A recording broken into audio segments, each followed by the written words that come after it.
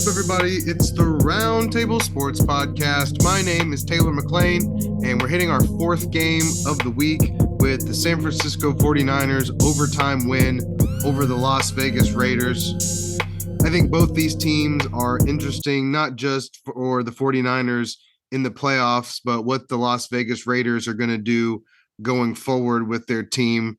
And I got a good look at this game because there weren't that many games in the second window, and the Vikings game got out of hand pretty quickly. So I got a pretty good look at this game going live, but I went back and I watched the coach's film to really get an idea on how I feel about the quarterbacks and how I feel about the teams and everything. So I thought we'd go through it real quick. Let's give a shout out to our sponsor, Evergreen Power Solutions.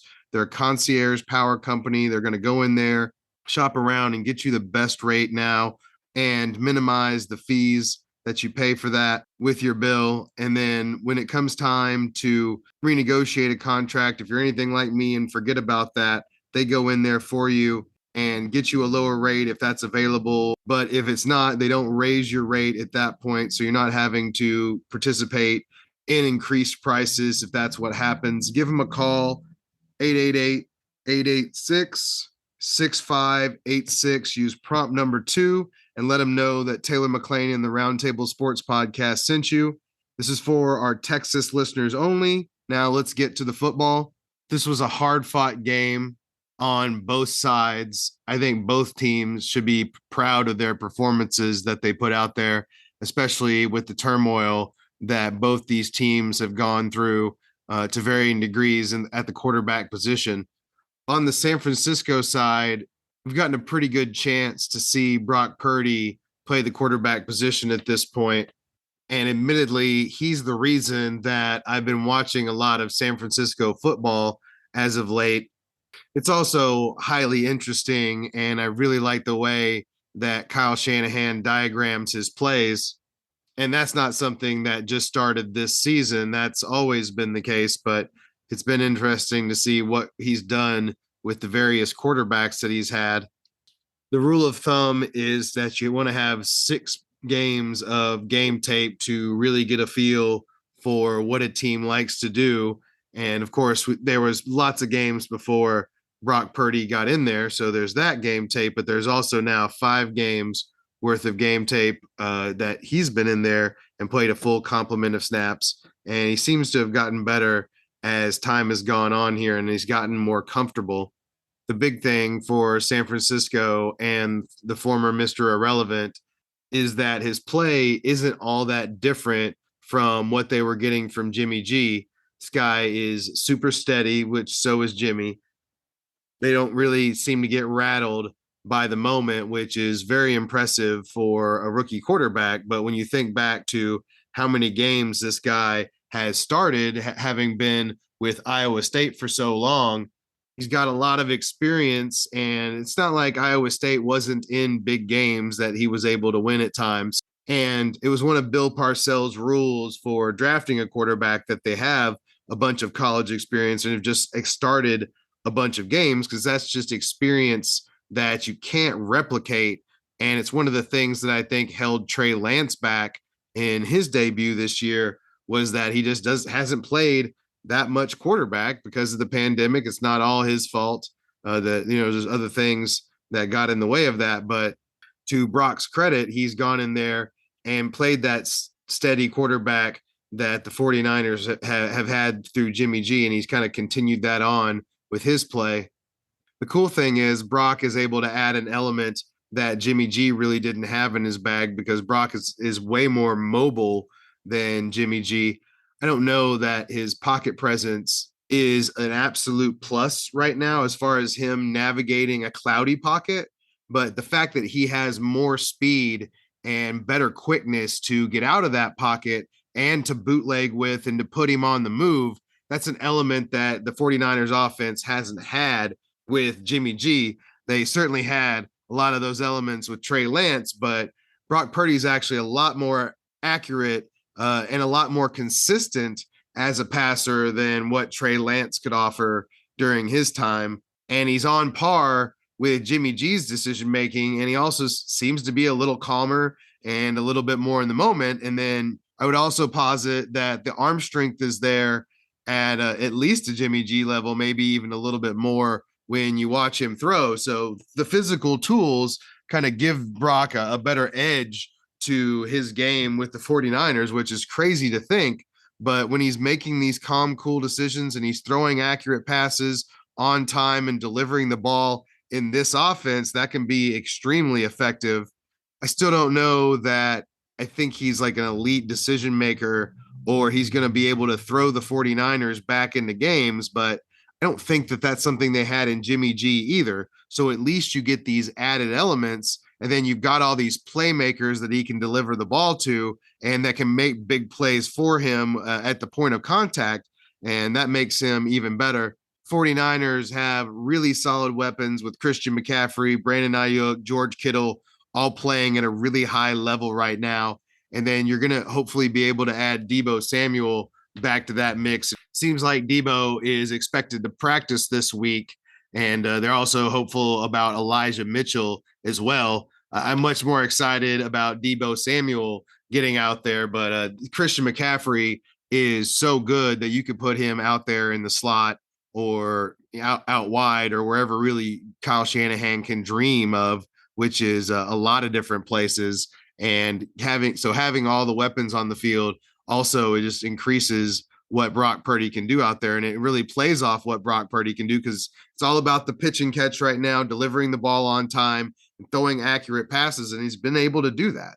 It's not perfect, though. I don't think that, if the 49ers get down by 21, that's a good thing and that he's going to be able to just go in there and throw them back into that game. Because in those scenarios, you have to move the ball quickly. You have to be able to drop back and throw tight contested balls without the screen of play action or without it being a perfectly diagrammed play. It's a lot more muddy and it turns into a situation that relies more on the quarterback, kind of like NBA basketball. Sometimes in the last 2 minutes, it breaks down into who has the best guy and who can isolate and score. NFL kind of breaks down to who can go in there and throw anticipatory throws that get the guy open, not just throwing it to open guys. There's a difference in those two things, and we haven't seen Brock have to do that as much. I think he's capable, but I'm not sure it's going to be at an elite level. He's more game manager than he is explosive playmaker, which is exactly what they need. They just need some explosive plays, and Kyle asked him to make a couple of different big throws throughout the game. I think he's capable of that, and then he's creating more time with the legs and being in the bootleg and stuff, and I think that's really positive for the 49ers. And of course, there's a big advantage, even if he was just your backup and you tried Trey Lance next year, to having somebody from the 7th round be your quarterback. Those prices are really cheap, even if he's just a backup. So great situation for the 49ers. They can let go of Jimmy G and then see what they traded the first round picks for. But first, they've got this playoff run, which they look super legitimate in a role as having a great defense and then being able to be functional on offense and be able to rely on your playmakers to get the job done. Christian McCaffrey, as we've talked about, has been an amazing fit for the Kyle Shanahan scene, and his pathfinding through the holes and his ability to fight, juke, and really strength through arm tackles has been, at another level. You saw him running over guys and running around guys, and just it all meshes so well. The pathfinding, like I said, that he has when he's going through holes is just second to none at this point. And then there's these alleyways that get created by the different plays that the 49ers run. And then, as I said, you can split him out, and he makes all the different routes from the backfield even better when he's able to get out of there. And then when he's in space with these different linebackers and secondary people, he can do whatever he needs to do to get by them or just get a couple of extra yards that gets them either closer to the sticks or closer to a touchdown. And they're doing it, without Deebo Samuel right now, as I said. So hopefully he's able to maybe get a couple of snaps in week 18 and then be ready for the first round. I say the first round, they have a pretty good shot at getting the first overall seed if the Eagles go down and they're able to beat the Cardinals, which I expect them to do, if they play their guys in the line. But I don't think that the Giants are going to play their guys in their game versus the Eagles, and Jalen Hurts may be back to secure that number one seed, it seems. Jalen Hurts, by the by, threw the ball pretty well after he had sprained his shoulder. So I think they've just been holding him out, trying to get him healthy for the playoffs, because they knew they didn't have to risk really all that much to secure that number one seed. I'm sure they expected to win one of those games, and I've already locked it up, but oh well. And I digress in this 49ers part of the podcast here. But the point being, it would be good to see Mitchell, and it would be good to see Deebo Samuel back in there and get a couple of snaps before everything goes down and your season's on the line. I think it's funny to think about their season being on the line and having the season go as well as it did with all the quarterbacks that they've lost to this point. It's a testament to how Brock Purdy has stepped in and done this role, but he's in a great position to succeed. All the different weapons, he just needs to be able to get it in their hands and allow them to run with it. And he's been making those passes. And I think these coaches that are able to scheme the way that Shanahan, McVay, and the like are able to scheme, they can get around your flaws as a quarterback most of the time. We saw Sean McVay do it with Jared Goff for years. We've seen Kyle Shanahan do it with Jimmy G for years, and there is sometimes a cap on how far that can take you. It'll be interesting what teams do with Jimmy G outside the Kyle Shanahan system and how good he looks outside of that ecosystem. Jared Goff has been okay this season, but I still don't think he's a really good quarterback. But it's interesting that he's looked a lot better this season once they went back to a lot of the things that Sean McVay used to do with Jared Goff. So it'll be interesting to see if Brock Purdy has that same ceiling, that eventually some team is going to be able to take away all the different peripheral things, and they're going to make the 49ers put it in Brock's hands and make those throws that I've been talking about.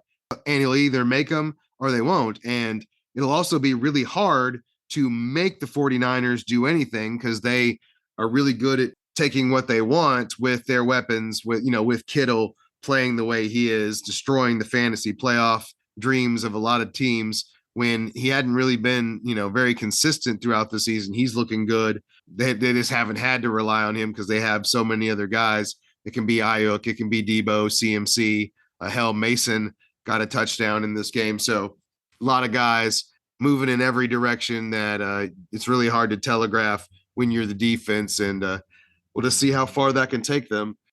And of course, it's also on how far can the 49ers defense take them. That's been the big thing all season, is that they have a domineering defense, especially when Bosa is in there.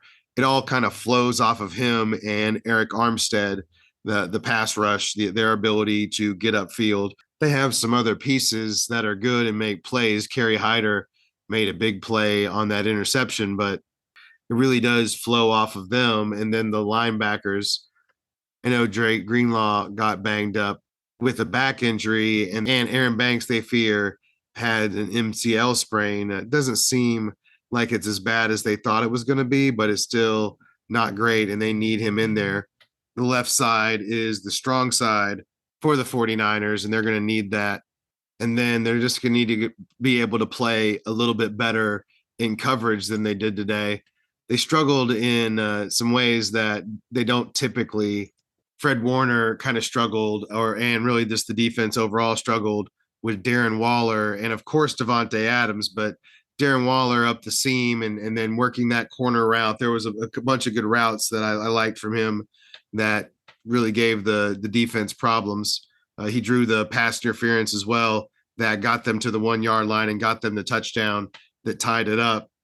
And then, of course, Devontae Adams is really hard to cover. So I can't really fault them on that end. He's just going to get some and get his, I guess, when he's out there.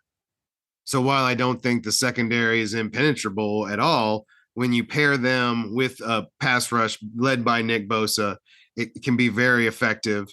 and it's going to be hard to beat in the playoffs, especially when the linebackers and the rest of the coverage is better on most days. So it is a testament to the Las Vegas Raiders that we're going to switch over to now, that they were able to play as well as they were able to play, switching quarterbacks and playing this defense.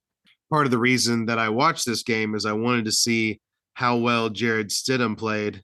And I have to say, I liked the way that Brock Purdy played, but I was impressed by Jarrett Stidham as well. I know in the end the game is about wins and losses, but I was impressed, and I thought that Jarrett did a good job at a couple of different things that allowed them to be more successful than they had been in previous iterations of the offense under Derek Carr.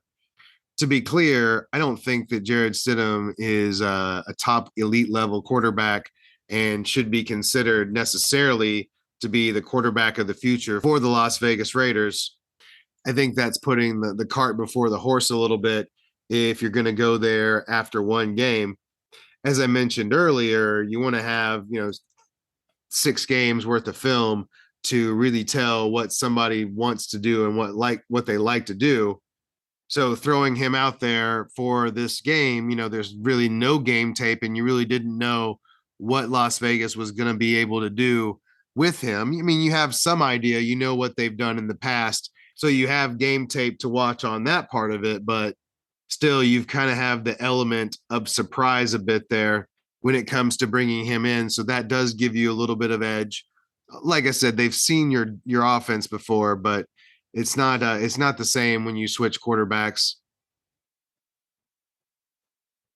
And then the other advantage that they had on that end is that, Jarrett spent a lot of time with Josh McDaniels, with the New England Patriots, and was brought in for that reason, right? So this is him at probably peak level when it comes to knowing the offense without having stepped on the field and run it a whole ton. He's had games, he's played, but we're talking about 185 snaps, and that's including the 85 that he played this season. So not a lot of experience, running it on the field, but a lot of practice time. And he's been the backup all of this season. So he's gotten to get, I imagine, some work in there, in addition to his years kind of getting familiar with the offense in New England there. So he actually has a lot more experience running the offense coming into this game than Derek Carr had going into his season. So there may or may not be a ton of improvement on that part of him knowing the playbook and knowing where to go and all that, but that's extremely important. And you saw it play out on the field that he was able to do a lot of things, and the playbook didn't seem at all limited with him out there. As a matter of fact, just like with Brock Purdy, Jarrett Stidham had a lot more mobility than what Derek Carr was able to offer, and was able to move around a lot more, which once again allows you to put him on the move, which gives you a little bit more escapability and a little bit more time to work plays down the field, because he can create extra time with his legs and with his movement. So that was really additive to the Raiders offense and gave them some extra life. And then the other thing, he was creating extra time because he was willing to take hits that Derek Carr hadn't been taking during the season. Quarterbacks get hit. Don't get me wrong. Derek took some lumps because the offensive line is kind of average overall, maybe a little bit below average, just because they only have one really true plus guy in Colton.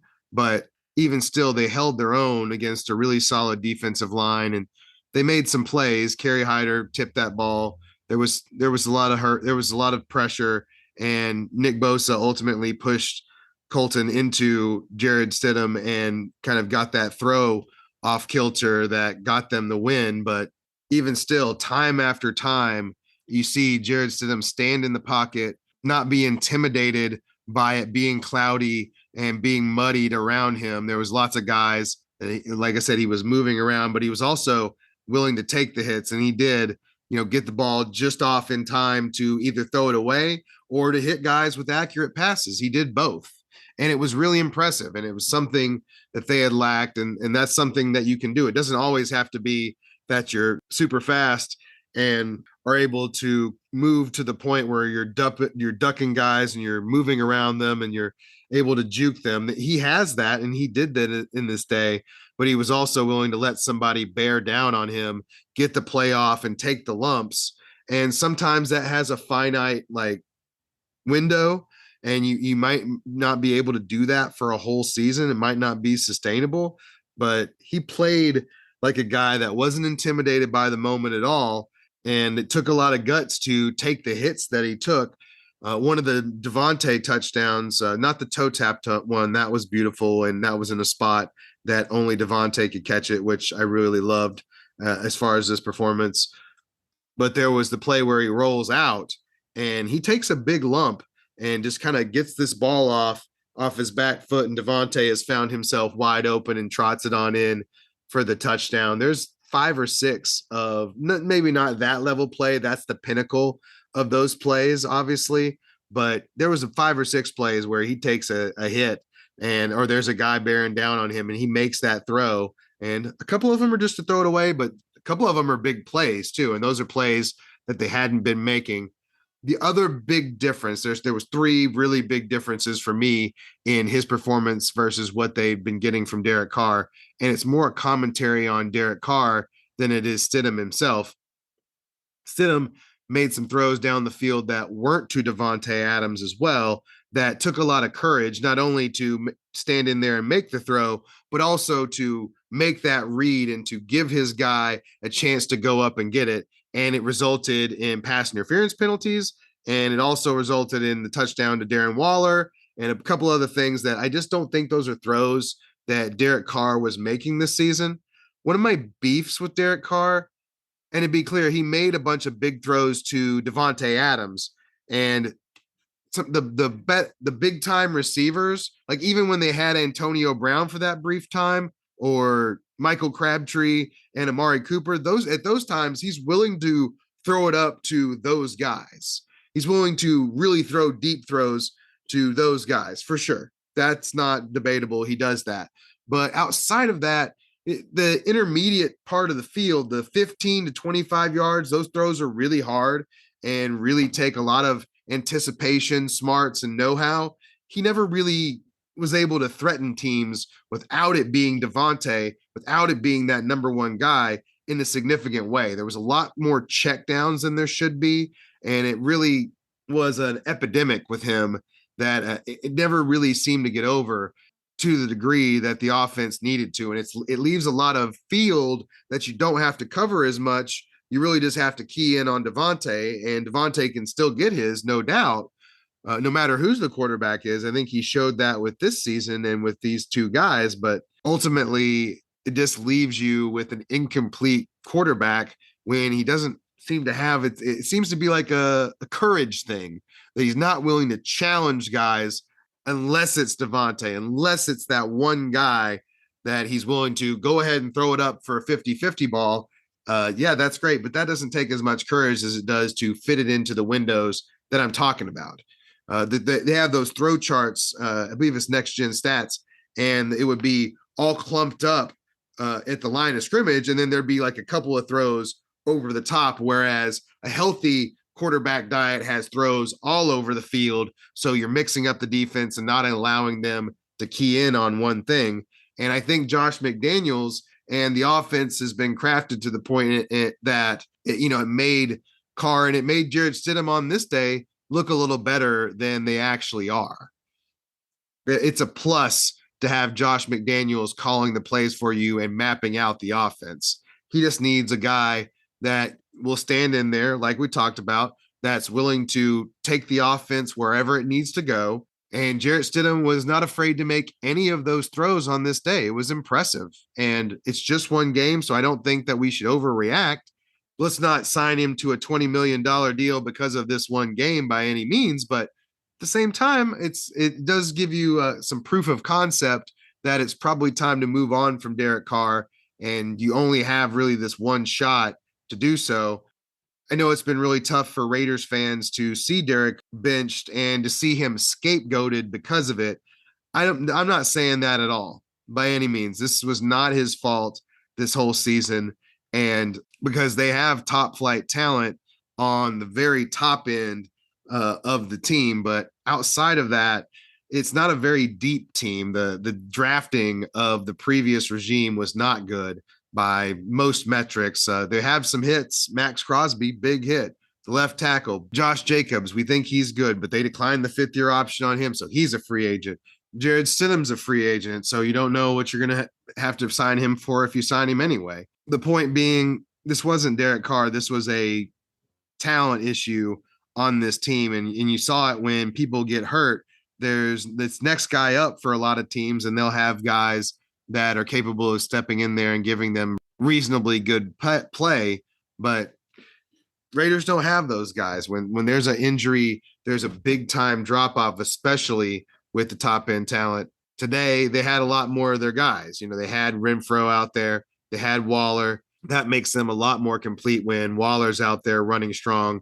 There is some question, for me, is he going to be able to stay healthy to be able to take advantage of this? But it was really good to see him way more involved and see somebody take advantage of his speed and his ability to work guys up the seams and work the guys in the middle. And those are all things that kind of lead me to where I was with Derek Carr throughout all this, that he's just not that guy. He's a mid-tier quarterback. He's not going to raise the level of a team. He's going to be able to drive a bus to a certain degree. And I would be wary of trading for him at this point if I was another team. He's going to be able to kind of call his own shot. He has a no trade clause, even though the team, they can kind of get out without a big scar here from a financial standpoint. They also may not get anything because he can kind of force the issue whichever way he wants with that no trade clause. And I got to think that he's going to call his shot to the best of his ability on where he lands. The thing is, for him, he can protect some of that money by getting traded to another team, and he wouldn't have to necessarily renegotiate everything if he did that. Now, that might be a condition of the team that trades for him if he wants that spot, right? Like if there's a team that really has a chance to contend if they get somebody that's competent. I think he's competent, okay? I'm not saying he's not, and I'm not saying that he couldn't lead a team to a Super Bowl. There's been worse quarterbacks that have done so. It's just going to take a team to elevate him, not him elevate a team. And there's a difference in those two things. I don't think that Jarrett Stidham is going to elevate the team either. I think it takes Davante Adams to really lift him up to the level that he played, because trust me, he knew where his bread was buttered on this day. It wasn't him working it all over the field all the time. A lot of it was making sure he got the ball to Davante Adams, and it was Davante getting open and doing his thing as he has done all season. That's smart quarterback play, but it was more than that too. And it was more than what Derek Carr had been delivering. Mainly, like I said, there's a big part of it that was just based on him standing in there and gritting his teeth and making those throws. It was awesome. It was somebody fighting for their quarterback life and knowing that this is their shot. This is it right here. And at the very least, it gave the Raiders kind of more of the permission they needed to do what they needed to do here, because the coach knows that you're only as good as your quarterback. Like, a coach is only as good as his quarterback. That's a big part of the NFL that's kind of not talked about enough. And it goes both ways. Like I said, Josh McDaniels calling your plays is a big plus for how you're going to look on a field. There's a big reason that Jameis Winston went to Sean Payton when he didn't get the deals that he wanted. He wanted to get himself with a coach that could kind of make him look like he thought he could look. And it didn't work out as well because of injuries and because Sean Payton left and various other things with Jameis. But the point being, it was fun to watch a guy fight for his quarterback life and get something out of it and look good. And while I don't know that the physical tools are at the top tier, or that I think that this guy is going to be an elite starter in the league, he definitely showed us something. And I want to see more. I want to see what it looks like when a team is able to take away the things that he likes to do the most once they've figured that out. Once we've got the 6 games before I anoint him here, but he got into my good graces here. I'm impressed, and I want to see what he does next week versus the Chiefs. we're going to get a good look at them despite, not having a ton to play for here. I think this team is fighting for something, and, the benching of Derek Carr, even though it's just a business decision, and the team and Josh McDaniels doesn't seem to have lost the team at all per the reporting that I've seen. They're not happy about it, but if Derek Carr would have gotten injured, the money becomes guaranteed, and then the Raiders are locked into him at that point. And it's not that they don't like him or they think that he's a good guy, but they just don't see that as the direction of the team going forward. And as I said, I think this game gave them a little bit more permission than they had before to do so, even without winning. Playing them close and playing the way that you played, that's what gets you credit as a coach and as a quarterback who, like I said, are locked at the hip at this point. Two quarterbacks who I don't think anybody at the beginning of the season even would have thought about in the slightest. How many times did they get drafted in best ball where the things go deep? I'm going to go none, likely, unless it was somebody that knew them. So to see them go out there and show us some functional quarterback play for teams that, important to the league and important to watch, and that have two of the most important offensive minds, in my opinion. I respect both of them, and I want to see them tied to good quarterback play and into offenses that are exciting. If you've gotten to this point and haven't done so, download the podcast. Let me know that you're here and listening. Look for videos on this. Definitely going to have a Devontae out there. Probably maybe do the pick that gets them the win. I don't know. We'll see what we come up with on the 49ers side. So look forward to that. Look for more videos on all the platforms, by the way, not just YouTube. We've been putting them out to all the different platforms. So follow us on all your various social medias, and have a great rest of your day.